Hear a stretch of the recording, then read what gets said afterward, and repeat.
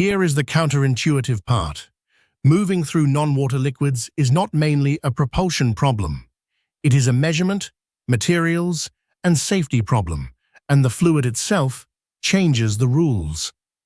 As of 2026, industry is already excellent at handling hydrocarbons, cryogens, and brines.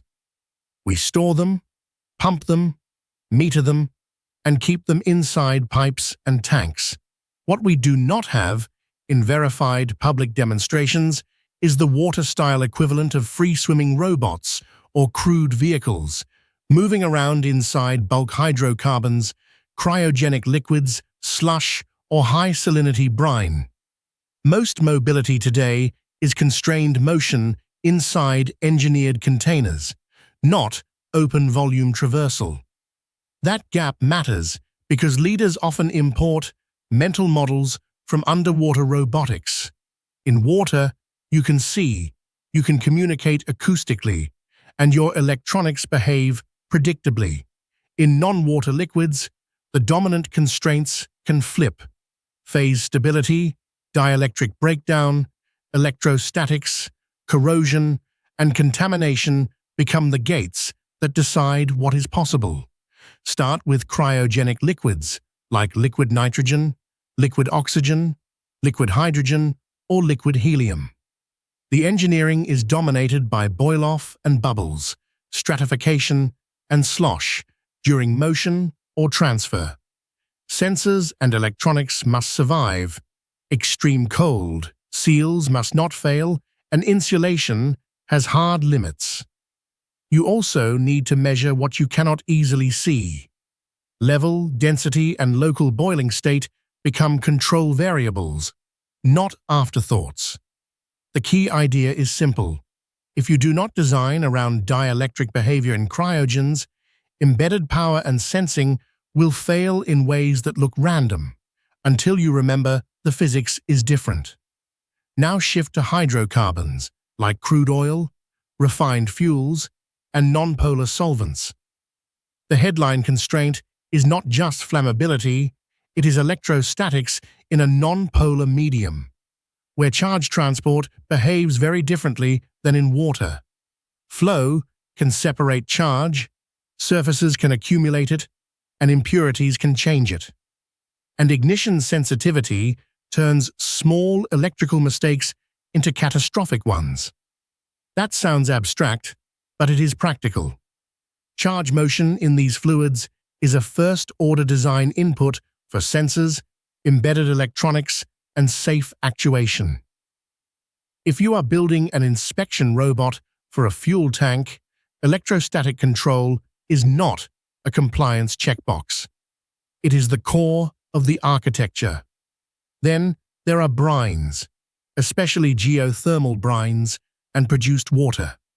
Here the enemy is chemistry over time. Salinity drives density and stratification. Corrosion attacks metals. Scaling and precipitation can clog flow paths and blind sensors. Microbial activity can change chemistry again. Brines also transport contaminants in ways that create both asset integrity risk and environmental risk. The point is that brine can move reactive species through porous and engineered systems, and that mobility must be monitored, not assumed. Pair that with modern understanding of how fluids move through rocks, and you get a strategy lesson. For many high-value brine and hydrocarbon problems, the critical terrain is porous media, not open water-like volume. Slush and slurry-like cryogenic mixtures add a different twist. Slush hydrogen is not a simple liquid. It is a mixed-phase medium, with solids suspended in a cryogenic carrier. Density changes, flow changes, clogging risk rises, and measurement becomes harder exactly when you need it most. In practice, slush mobility is closer to controlled solids handling under cryogenic constraints than it is to swimming. So what does mobility really mean here? In the near term, it mostly means flow mobility and instrumented mobility. Fluids moving through pipes, valves, tanks, and porous media, with sensors that can survive and stay calibrated. Platform mobility, meaning robots that move inside these liquids, is plausible but not mature across all classes. Crude traversal through bulk cryogenic liquids or flammable hydrocarbons remains speculative and likely requires sealed vehicles, not suit-like exposure. This leads to a strategic mistake to avoid. Do not fund one generic liquid robotics effort and hope it generalizes. The constraints are class-specific. Hydrocarbons demand electrostatic and ignition risk design. Cryogens demand phase state estimation and dielectric design. Slush demands blockage recovery and solid fraction control. Brines demand corrosion qualification and contaminant monitoring. That is why the highest leverage investment is not a heroic robot demo. It is qualification infrastructure.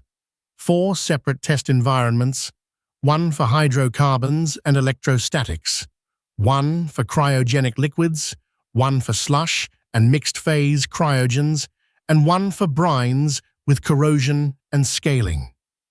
Without those test beds, vendors will sell universal mobility claims that collapse at the first unmodeled failure mode.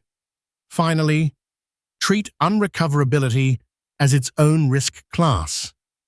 A stuck robot inside a tank is not just a lost asset. It can block transfer lines, contaminate product, introduce an ignition source, or force an emergency shutdown. Recovery plans, decontamination procedures, isolation modes, and machine-readable logs are what turn experimentation into trust. The memorable line is this: